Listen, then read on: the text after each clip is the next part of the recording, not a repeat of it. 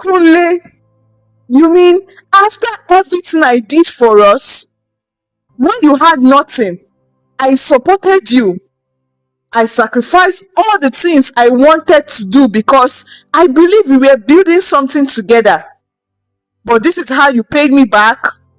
See, before BC discovered the truth, there was a time when everyone thought Kunle and BC were doing just fine. Many months ago, in a busy town in Abeokuta, where everybody seemed to know everybody's story, before the people involved even had the chance to tell it themselves. In that town, people never really minded their business.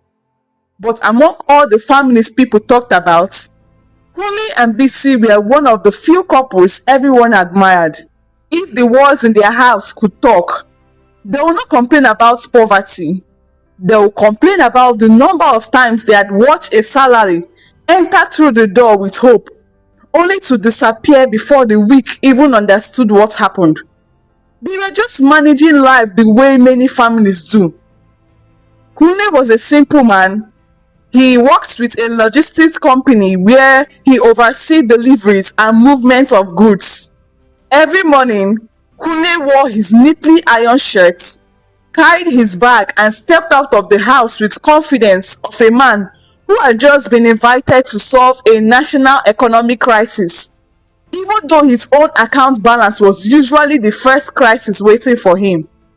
His wife, BC, a primary school teacher with a heart that was bigger than her salary. If you have ever seen a Nigerian teacher, you will know it is not a small job. One child is crying because someone took their pencil. Another one is sleeping during mathematics. Another one is already planning how to become a footballer instead of learning multiplication table. But BC handled them all. After closing from school, while some teachers were already heading home to rest, BC had to go to the market. She had a plantain business she ran after work. Now, one thing about Kunle was that his colleagues usually laugh at him. They always wonder why a grown man could disappear immediately after work, as if someone was chasing him. Once it was 5 p.m., Kunle had already picked up his bag. Kunle, wait first. Are you going home to meet the president? And everybody would laugh. Guy, every day, my wife. Are you sure your wife did not tie you inside a bottle? Kunle would just smile. Leave me, Joe. Some of you don't know what you have until you lose it. Immediately, his colleague would start hailing him. Ah, husband of the year, husband material, 1,000 yards. Kunle would laugh because to him, that was exactly what life was supposed to be. Work, family, peace. But you know how these things are now? When people start repeating something to you every single day, you start to wonder if maybe they are seeing something you are not seeing. Until one day, while they were at work, his colleague Chinedu invited him to a birthday party happening over the weekend. Kunle, you and this your I have to go home habits. A home married man like you, at least sometimes leave work and enjoy yourself small. Na man you be. Kunle laughed and shook his head. My brother, that's how it's supposed to be. Don't worry, when you get married, you understand. But about your invitation, I'll have to tell my wife first. If she's okay with it, then I'll come. Chinedu shook his head. Hi, see this one. So you need permission before you can go out? Kunle laughed again. It's not permission, sir. It's respect. Now, the funny thing about Kunle was that he was not even planning to talk to anybody in the party. In his mind, he had already told himself, I will stay small, eat my food and go home. But before Kunle could even finish the small plate of food he collected, Chinedu had already introduced him to another group. Kunle, come and meet these people. You can't just sit there watching other people enjoy themselves. And that was how he started communicating with other people. An elegant, beautiful lady sat beside him. Let's call her Yemi. Yemi was the kind of woman who knew the effect she had on people. Her beauty alone was obvious, but it was her confidence that usually arrived first. She carried herself with a quiet pride as she spoke with ease while asking Kunle casual questions, and Kunle answered calmly as she paid attention. And for Kunle, that small thing felt good. They talked about ordinary things, the party, work, and just life in general. And before Kunle knew it, he had spent more time talking to her than he planned. Later that evening, when he was getting ready to leave, they exchanged numbers, and that was how what started as a conversation for one evening stretched into another day, then another day. The funny thing was that Kunle himself did not even notice how much time he was spending on his phone. Before, if you called him and he was at work, you might need to call twice or even send an email before he could pick up. But now, the phone was always closed, even when he was eating, even when he was watching television, even when Bisi, his wife, was telling him about something that happened in school. Kunle's answer were becoming shorter.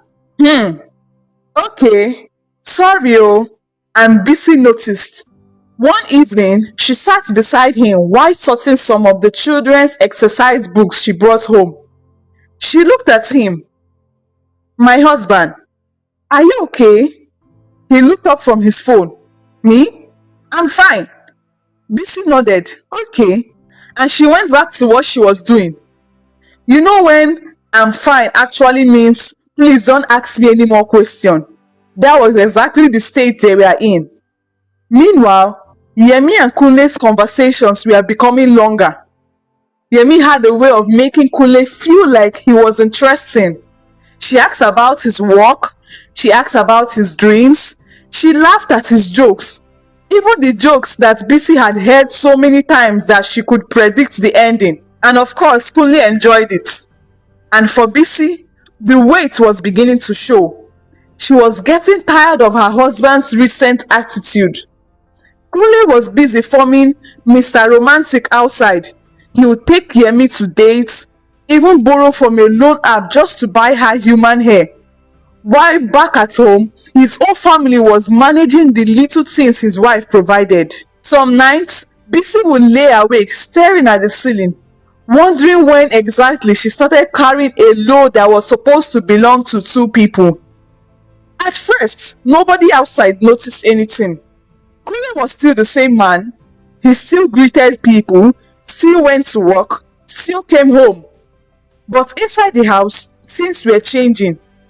The money that used to enter the house and find its way around everything started disappearing somehow. And you know, women have a special department in their brain for noticing money matters. Bisi did not need a calculator. She could feel it. One evening, she looked at Kunle. Kunle, I thought you said you were going to send money for the children's school fees. Kunle sighed. Bisi, I have told you since I tight this period. Just manage. Bisi nodded. She did not argue. The other night, Bisi sat beside him and said, My husband, are you sure everything is okay? And for a second, Kunle became quiet. Instead of answering honestly, he frowned. Bisi, nothing is wrong. You worry too much. And that was how the conversation always ended. 2 weeks later, Kunle began feeling uncomfortable. At first, he ignored it. He blamed stress, work, and lack of sleep. And when the tiredness refused to leave, and his body started sending him warnings he could no longer explain, one uncomfortable thought began following him everywhere. He finally decided to go for a checkup. When the doctor ran a lot of tests on him and asked him to come back for his results, something inside him became uneasy. You know that feeling when your heart is already asking questions before anybody has said anything? Exactly, that is it. The next day he returned. He saw the results. The room suddenly felt different. The words were simple, but they carried a weight he was not prepared for. For a few moments, he just sat there unable to speak. When he later spoke with Kemi, He could barely control his anger. Yemi, what is going on? Why didn't you tell me? There was silence on the other end. Tell you what, Kunle, she replied without even being remorseful. You left your wife to come be with me now. That doesn't give you the right to hide something like this from me, Kunle said. Yemi's voice remained steady. And you think what you did was right? For the first time, Kunle had no answer. For days, Kunle returned home early, carrying the weight of what he had done. The same man who used to walk confidently now sat quietly, avoiding Bisi's eyes. Bisi noticed too.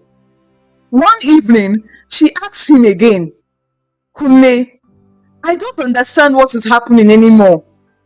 And this time, Kunle could not dismiss the conversation. He told her everything. The friendship, the messages about Yemi, the extravagant lifestyle, and finally, the result. For a while, Bisi just sat there unable to speak. She looked at the man sitting in front of her and remembered everything. The days they had nothing, the time she stood beside him, the night she returned tired from selling plantain but still made sure the family was okay, the sacrifices she made because she believed they were building something together. And now, the person she trusted had brought pain into the same house she worked so hard to protect. She stood up immediately. Kunle, she finally said, do you know the painful part of all this? Kunle fell to the ground. He couldn't look at her. Why I was busy trying to build this family with you? You were creating a life outside the one we were building? Kunle cried. He apologized. He begged. He said he wished he could turn back time. But sometimes, no matter how much you regret them, they can never be the same. The next morning, Kunle left for work, believing that maybe with time, things will somehow settle. But when he returned home that evening, something felt different. The house was too quiet. The children's things were gone. Bisi was gone. He walked through the room slowly, searching for a sign that she was still there. But there was nothing. Kunle sat on the floor, holding his head in his hands, and the reality of his choices finally became heavier than his excuses. He had spent so much time chasing something outside that he failed to protect the person who had been standing beside him all along. Thank you for watching this story. Kindly tell me your thoughts and lessons in the comment section. Do well to like and share with your loved ones. Don't forget, every life is a diary. See you in the next story.